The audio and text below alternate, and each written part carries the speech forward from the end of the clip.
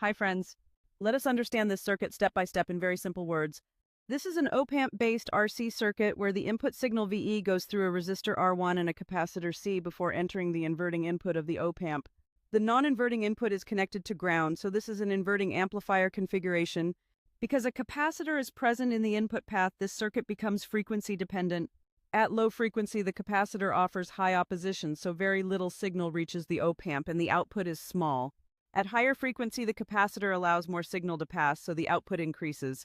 That is why this circuit behaves like a high-pass active filter. In the waveform graph, the red curve is the input voltage Vt, and the blue curve is the output voltage versus T. You can clearly see that the output has smaller amplitude than the input, which matches the calculated value of around 2.66 volts RMS shown in the solution panel. Now let us talk about the phase difference you are seeing between input and output. This phase shift is real, and it comes mainly because of the capacitor. A capacitor does not pass voltage instantly. It charges and discharges with time. Due to this, the current through the capacitor leads the voltage, and this causes a phase shift in the signal applied to the op-amp. Since this is an inverting amplifier, there is already an additional 180-degree phase inversion. When we combine the effect of the capacitor and the inverting op-amp, the total phase shift becomes about minus 122 degrees, which is exactly what is shown as 5Es in the solution.